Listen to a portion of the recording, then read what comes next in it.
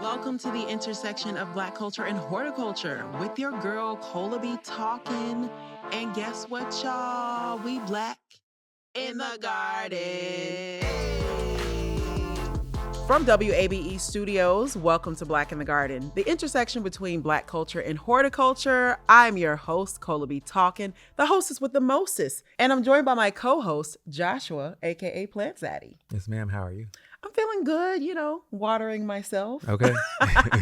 So y'all know recently we talked about reclaiming economic autonomy. And we talked about how we can shift away from hyper-consumerism and use our resources more intentionally. But here's the thing.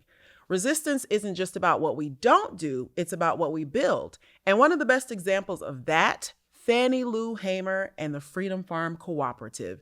Fannie Lou Hamer knew that voting alone wasn't going to save us. It's important to take note of the fact that she was a civil rights leader who was known for her advocacy for voting. She literally put her life on the line. That's how important it was for her to make sure that not only herself, but everybody around her, especially in the state of Mississippi, could vote.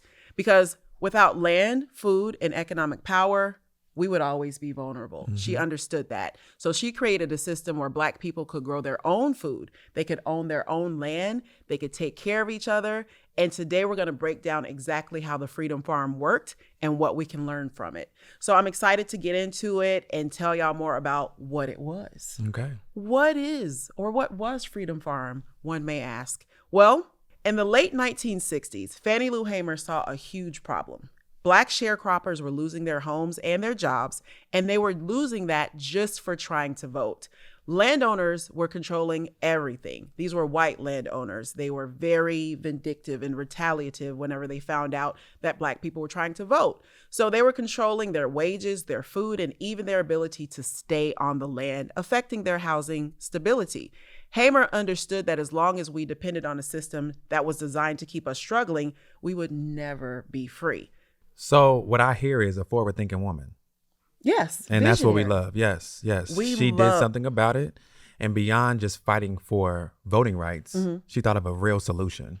Absolutely. I love a visionary. Mm-hmm. We have to make sure that we're thinking beyond today, thinking beyond what we have means to do in the present day, but consider how can we be strategic about changing our lives and affecting the world around us, So in 1969, she founded the Freedom Farm Cooperative in Sunflower County, Mississippi, with one very clear mission: self-sufficiency.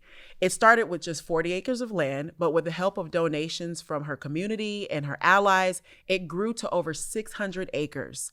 And what happened on that land, you might ask? A revolution. It's giving FUBU. It's really giving FUBU for us, by us. Okay. By us. So instead of relying on a system that wasn't built for us, she built something for us. That's what she did. Thoughtful and lasting. And they took their time. They had, remember, 600 acres. The co-op grew vegetables like peas, okra, sweet potatoes, and corn. Just taking a quick moment to reiterate what a co-op is. It is really just a group of people who got together to decide that they wanted to have autonomy over a thing, such as land or a business or something like that, and they cooperatively have ownership of that. So the families who worked the land got food for free, and the extra harvest was sold at low cost to support the farm. Hamer also started a pig bank where families received a piglet to raise, and once the piglet was grown, they could keep it for food or they could breed it and share piglets with others. And over time, the cooperative bought land and built homes so that they could address the housing insecurity of the families, where they would be able to live free from the threat of eviction. And the Freedom Farm also provided loans to Black farmers. It ran a sewing co-op for women to make and sell clothes. And it worked with medical organizations to provide health care. And it's crazy that they were doing that, like things that the government should be providing. Yeah. But go ahead. I mean, to be honest with you, that's what we are still doing to this day. So basically, this was just about making sure that we Black people really had control over our own money, our own food, our own housing, to make sure that we weren't pushed out by the white man in any way, shape, or form. Sustainability and the self-sufficiency. Yes. We have to be able to take control of the resources for ourselves. And so fortunately, because she was doing such good work, she was able to get some assistance. Correct. She had some wonderful allies, some celebrity allies. Her vision was clear and it attracted people such as Malcolm X. She actually shared the stage with Malcolm X in Harlem. And of course, he helped her to amplify the fight for justice that she was actively involved in. And she worked with Harry Belafonte, who I would equate, for those who are a little too young to know, to like a modern day John Legend. Yes, fundraising for the Freedom Farm with Belafonte, and Sidney Poitier also assisted in supporting the efforts. There was also a comedian and activist, Dick Gregory, who, let's just say, I don't know, modern day, or back then, the modern day equivalent, maybe like a Dave Chappelle. We don't want to get into his politics, but y'all just for reference. So those people use their platform to expose voter suppression and economic oppression to help Fannie Lou Hamer further elevate her mission. Okay. So I see the 2020 vision here. Period. It's clear. It's clear. This was not just about farming. This was about survival. Okay. And having, like I said, a foundational strategy that kind of went beyond farming and supported economic plans and community support, but a system all in one that can kind of be recycled. Yeah. Over and over and over. But you got to have the foundation. I love the way that you say it could be recycled over and over again, because that's really just emphasizing the sustainable aspect of it. You know, when something is able to be done over and over again and repeated, and that system is set up to make it's that a well-oiled engine. Yeah. But you brought up something. Yes. And I want to go back to the Freedom Farm. What happened to the Freedom Farm? Oh, well, we were getting there, but I'll go ahead and tell you. Thank Well, you for asking. tell me. So, like too many Black-led movements, the Freedom Farm unfortunately faced very serious challenges. They had ops, you know, because it was so successful, it was seen as a threat. And on top of that, government policies made it nearly impossible for Black farmers to get loans or buy supplies or keep their land. And by the late 70s, the Freedom Farm had to shut down.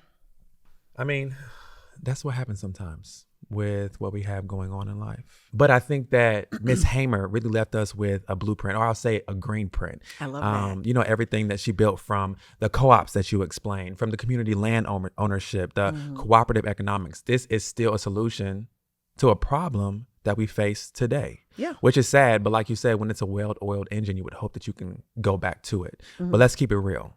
These are still issues that are current day. Yeah. So how do you think that we kind of combat that? Well, I'm thinking about how grocery stores today are still closing in Black neighborhoods. We're still dealing with food insecurity. Food prices are rising. Land ownership is still out of reach for so many of us. We've still not reconciled the land ownership and the incredible debt that is owed to Black farmers, for example. So I'm thinking about what it will look like for us to take a page from the Freedom Farm. Yeah. In consideration of where we are today, of course, I always like for the Soil Cousins to feel inspired by the time they're done listening. So let's talk about action, because Fannie Lou Hamer didn't just inspire us. She left us a blueprint, or I love how you said a green print, for us to follow. So what do you think are a few questions that we should ask ourselves to get into action mode? Well, first, community comes to mind. So I think, you know, how can we grow food together? And then also, how do we share it? Because it's one thing to grow it, but how can we spread it as well? Good questions. But what if we also build, see, this is one thing that I don't hear much about, and I'm glad I just thought about it, land trusts. Yes. I know, you know, I've seen them in Atlanta here and there, but it's not a priority in a conversation normally when we're having these conversations. So really, so families are not pushed out of their homes. Absolutely. And let me just define what a land trust is right quick, because land trusts are very helpful for people in helping them to maintain affordable housing. Right. But a land trust specifically is land that is purchased generally by a nonprofit organization. And it is not to benefit the organization, but rather to benefit people or to provide an opportunity for conservation for something that may be happening or a habitat that needs to be supported on that land. Right. But in this case, we're discussing land trusts specifically around housing security and making sure that land is designated for people to have housing. Yeah. Thank you for that, because it's Of always good to course. have a little bit of, education and I be background forgetting. behind. I be forgetting sometimes that all the soil cousins are not cued into the language. Yeah, So we want to yeah. make sure everybody's on the same page because we're talking about what we can do. Yes, perfect opportunity. And then one of the last things I wanted to bring up is, okay, we all have to do some sort of grocery shopping. Yes. And you just mentioned how grocery stores are closing down in certain communities, but sometimes you have to take that extra step. And what about finding those grocery stores? Because we talked about this in one of the previous episodes, and finding Black-owned grocery stores and not just shopping local, because we don't really know, quote unquote, where local is. Okay. But finding those Black farmers directly and purchasing, because you know where they're coming from and you actually see it for yourself. So, taking that extra step and supporting Black local farmers. Absolutely. And it's hyper local when you're able to actually go to it and see it and touch it yourself. And all hyper local means is it's local in a way where you actually have physical access to it, just to simplify that. So let me tell y'all about a few things that we can keep in mind so that we can get into action, things that you can do, if you will. So start by growing what you can wherever you are, whether it be a balcony, maybe a backyard, or just a few pots of basil in the windowsill. That is your freedom farm. Okay, start where you are. Start with high yield crops like collards, okra, sweet potatoes, just like Hamer did. And I want to add a couple more to that because there are a couple fast growing things that you can grow in the house that you can eat, assuming you can tolerate. Mushrooms, surprisingly, are fast growers. Yep. I've grown some with my kids and we had a full harvest in I want to say 2, maybe 3 weeks tops. That's because fungi grows extremely quick. And it is very beneficial. Yes. When, it's nature's fast food and also microgreens. So things like that, it might seem like a very tiny little thing, a small step, but if you can just maintain something small, then you could eventually scale that into a bigger operation Yeah, no. Sometimes, you may not have a balcony or you may not have the proper sunlight or whatever it is, but we are living in the current day where there are hydroponic opportunities. Come on, hydroponic. Yes. Okay. Yes. And let me tell y'all, since maybe the soil cousins and plant fan may not know, hydroponic is when you are growing with solely water. Yep. No soil. So usually some of the systems have the UV full spectrum for it to be on at the proper time of the day and then shuts off so it can, have the sunlight that it needs to grow properly. Get that light. Correct. In the circulation of the water. So really these days, there's absolutely no excuse. I'm sorry. Look, Put it I like that. that you use that language because we're talking about a dire need for us to actually be active, and we want a mindset shift to take place. And in order for that to take place, we at least have to have some awareness of what our options are. Yeah. So let's talk about another option, community, a community garden. Find or start one, but I would more so lean into finding one. Especially if you're not confident about your green thumb, you want to make sure that you get some time with a person who knows how to grow. Right. And if you go to your local community garden, you're going to encounter people who are growing at different expertise levels. And so when you get to work with them, you're also building relationships. Yes, it's key. It's key. You're starting in the garden, but potentially you could go beyond the garden. When you're supporting local Black farmers, every dollar that you're spending with them helps to keep their legacy and the Freedom Farms legacy alive. Yeah. And Colah, before we move forward, I want to actually plug the company or the community garden. Yes. In Atlanta, we have the largest community farm that offers free vegetables and crops. Yes. For the community. It is the Urban Food Forest at Browns Mill. Nice. So, like I said, in Atlanta, get in the car and go to the Urban Food Forest at Browns Mill and see how you can volunteer, meet the people who are actually growing, and educate yourself, because without education, we are going to fall apart. And I would add to that, you don't just have to get in the car. You could take public transit. Absolutely. Transit. Shout out to the MARTA. Maybe bike if you can. You know, Or get walk. a little carpooling action on. Okay. We got to get out here. We got to really become one with the land. Hop on the belt line. I know that's right. Yes, I cut love through. a good Cut through the journey. forest. Hello. I love a good Beltline journey. And if you're not only in Atlanta, Yeah. they've got to have community farms, like we've said, or community farms for you to be able to visit. So just find one locally. Absolutely. Get resourceful and just take a moment if you don't feel creative or empowered to remember that you do have resources. You do have power. I always like to advise, especially on this podcast, to tap in with your local cooperative extension program. It's generally every county has one. And by tapping in with them, you can learn more about farms and gardeners that may be wanting to have some kind of collaboration or at least have some support. Yeah, volunteering. So co-ops are not just a thing of the past. Food co-ops, seed sharing groups, and land trusts are today's freedom farms. And so you don't just have to buy from Black-owned farms. You can invest in them. You could join a CSA, which stands for Community Supported Agriculture. And that program allows you to pay a farmer directly for a season's worth of food. And that's how we build real, lasting food security. Right. And that helps the farmer with the upfront costs. And you get the back end fruits of their labor. Literally getting the fruits of their labor. Yeah. And speaking of CSAs, I would be remiss to not give a big shout out to Dr. Booker T. Watley. Okay, put some respect on his name. Yeah. We better. So Dr. Watley's model of small-scale, community-supported farming helped to lay the foundation for the CSA movement that we see today. You know, we call this Botanical Black History. All right. So Dr. Watley was with us between 1915 and 2005. He was a horticulturist, professor, and former Army officer.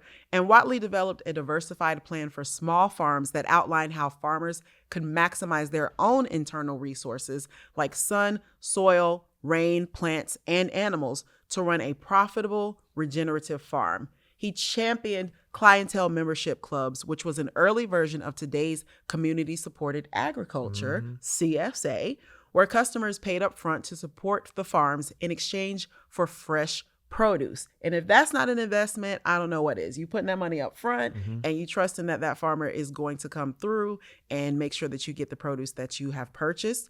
He also promoted pick your own farms. Okay, some of us have been to these kinds of farm businesses where we can pick our own berries or apples or something like that. Next time you go somewhere and you're picking your own berries, apples, whatever it may be, think about Dr. Booker T. Watley.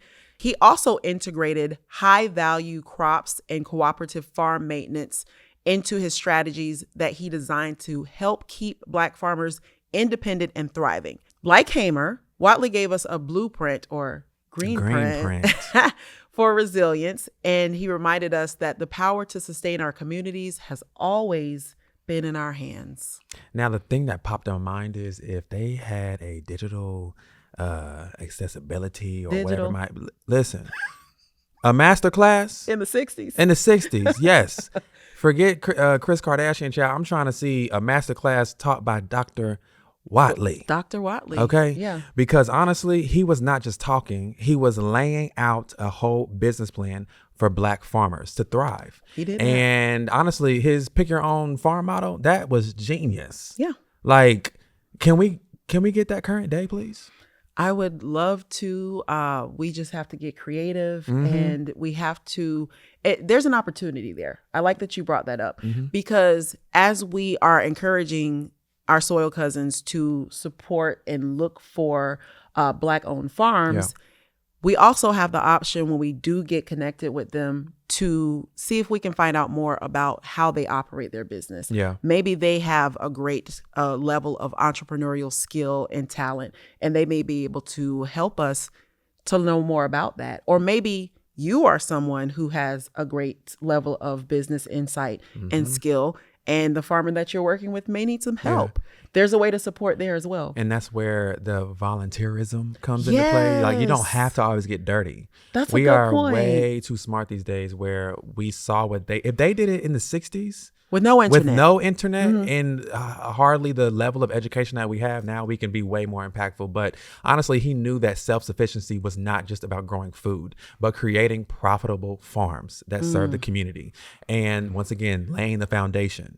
Like I said, we don't have an excuse these days. But if he were here today, he'd be out here teaching courses on generational wealth through agriculture. And we need that mindset now more than ever. I know, that's right. I love that so much that you reminded us, because even myself, as much as I like to remind people, hey, there's so many ways that you can volunteer. There's so many ways that you can get involved in A, resistance, and B, helping with perhaps a Black farmer, for example.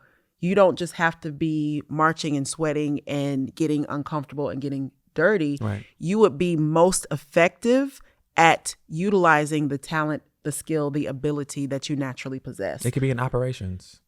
I mean, I even think about me. I have a degree in marketing and sales. So, you flip the dirt, handle the crops, do all that. But let's see about how your operations are. I mean, I feel like, we are kind of doing a job of marketing right now, which is good. Yeah. But what about finding that one Black farm to help them spread the word a little bit more and being more intentional with that? So, we're not only speaking because we are currently doing it, but that we also can do it ourselves.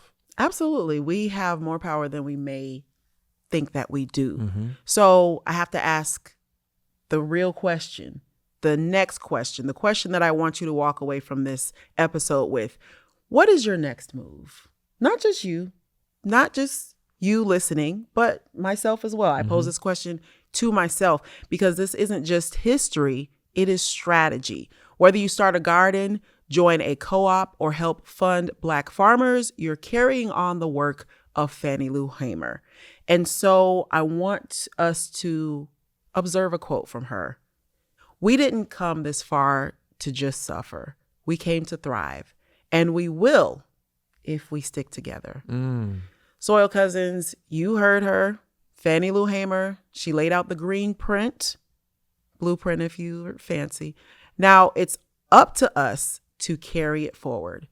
You start where you are, grow what you can, build community. That's how we fight back. Until the next time, keep your hands in the soil, keep your minds on liberation. I want to wish y'all love, light, and soil, but make sure you stay put. Plant Zaddy's got a wonderful watering moment on the way.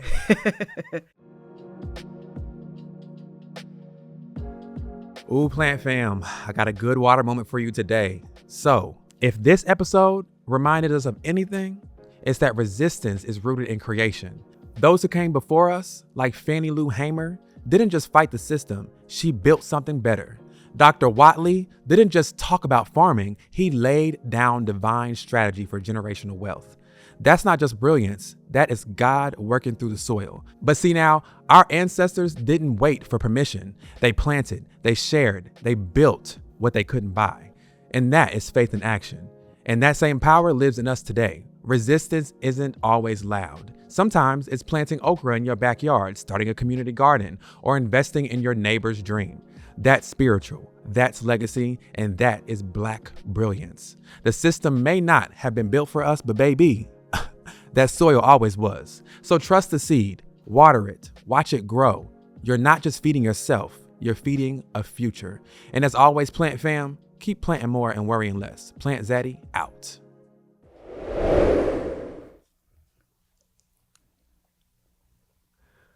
Ooh, Plant Fam. All right, so buckle in. Oh, shoot. You cold? No, she said, hold on. Oh. That sounded like... You thought I had a shiver? It was giving shiver. Because, the guns is out. Oh, that still get cold fast.